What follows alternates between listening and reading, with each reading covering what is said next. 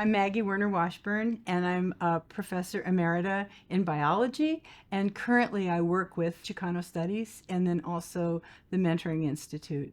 And I'm an advisor on the hub. I've worked with Elba since she got to New Mexico State. She and I have worked together, and with Elena. And I'm also one of the SACNA's former presidents. So hi, I'm Gabe Montano. I'm a professor of applied physics and material science at Northern Arizona University, the director of a center there, Center for Materials Interfaces and Research and Applications, or MIRA. I've known Alba ever since I was a student. I was I think probably one of her first students a long time ago. And as Maggie said, Maggie and Elena and myself were all past presidents of SACNA, so we've done a lot of work together over many years, and we still love to work together and to believe in a lot of the foundations of what the hub is trying to push. Hi, I'm Elena Zavala, and I am one of the co-PIs of the hub, and I've known Elba for a very long time as well. Cal State Northridge, where I work, I am a professor in the Department of Biology, and I'm a plant developmental biologist. I also direct some student development programs, and in the past I've done some faculty development program as well. I think it's important for people to understand that there's lots of opportunities in science. That means that they have to understand or be aware of the opportunities that are available to them in science and through science. My mom was an activist, and we had a Mexican village where I lived. My mother was really active, but she was also really smart. I could see the limitations that she had.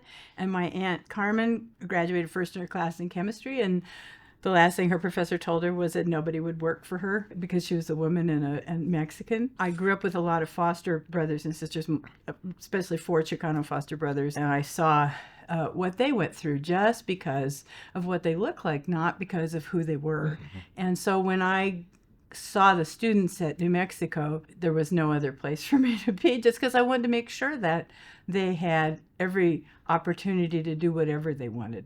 You know, I think another thing that pushes us, and we talk a lot about this, is the history matters. As you know, the stories matter. Mm-hmm. Our stories matter. And one reason I think we all keep coming back and participating, even though we're ready for others to pick it up and take it. And they're doing a good job. But that history is so important. Where movements have come from, why they came to where they are, the needs. It's really important because they can get trivialized. It's really important for the students, people coming up, to see that we're not perfect and we make mistakes, but you learn from your mistakes. And we're persistent. Some might call us stubborn. Yeah. Every one of us and every one of our colleagues could have and should have maybe at some point given up. The deck was stacked against us. Right. And yet we didn't. And it's really, really important for students to understand that. And also, I mean, we are here because we all love science and engineering and math. And I mean, all these things are just gifts, right? So we're not in it because, you know, our parents did this or something. We're in it because it's just beautiful and we want to share it. And we know that we need more voices and more perspectives in all of this. And also the contributions that different perspectives provide to science or to any endeavor is really important, because all of the voices can't be the same or shouldn't be the same, because you don't see the depth and the beauty of diversity. So I was a program officer at NSF in 98 and 99 in microbial genetics. When I was at NSF, and all the agencies were kind of like this, because I talked to a lot of taxi drivers who'd worked at EPA and other places, that the program officers and above tended to be mostly white. And then all the secretaries and administrative people all down, they were all black. And then if you waited long enough at NSF, the whole building would start speaking Spanish. You know, it was from El Salvador cleaning the area. And so I think that it's interesting sometimes when people are in a distance interested in diversity, but often don't take a look at what they're doing. So I think the hub has done a great job of helping us begin to look at upper administrations and the importance of getting those diversified. Whenever there's movement in the right directions, it's predictable. They move in waves, and there's then a backlash, and then there's adjustments to try to reframe questions. And that's what happens, and we're seeing it happen right now. It's a redefinition of what it means to be diverse. And typically it's because one of the things when I talk to my students is about change. When they want to be advocates of change, the first thing we tell them is, well, be important first. Become a good scientist. That's the only way you're going to have a voice. That will come and we'll need you. But the other thing I tell them is, institutions are inherently resistant to change.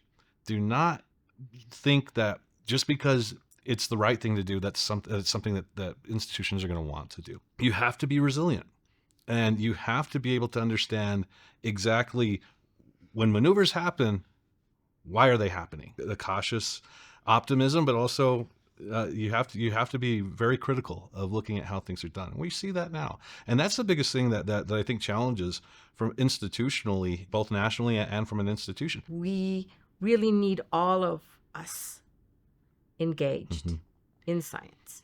If you want to be a scientist, you should have the access to that. Yeah. You should have the opportunities to explore. I don't care who it is, what you look like, but you need to know what you're getting yourself into, go into something eyes wide open, being given the resources so that you can be successful. I think it's been really useful in the hub, the discussions we've had about the kinds of patterns we see the students get into STEM and then leave it. How do you help the students find the why of what they're doing? If they can, like I call it, know your heart, but if they can do that, and that's one of our skills is helping students figure out why they want to do this. Yeah, and these and that's one thing with the hub that I think is so necessary. These cross-generational engagements are incredibly important because there will be temptation for those that are coming into this.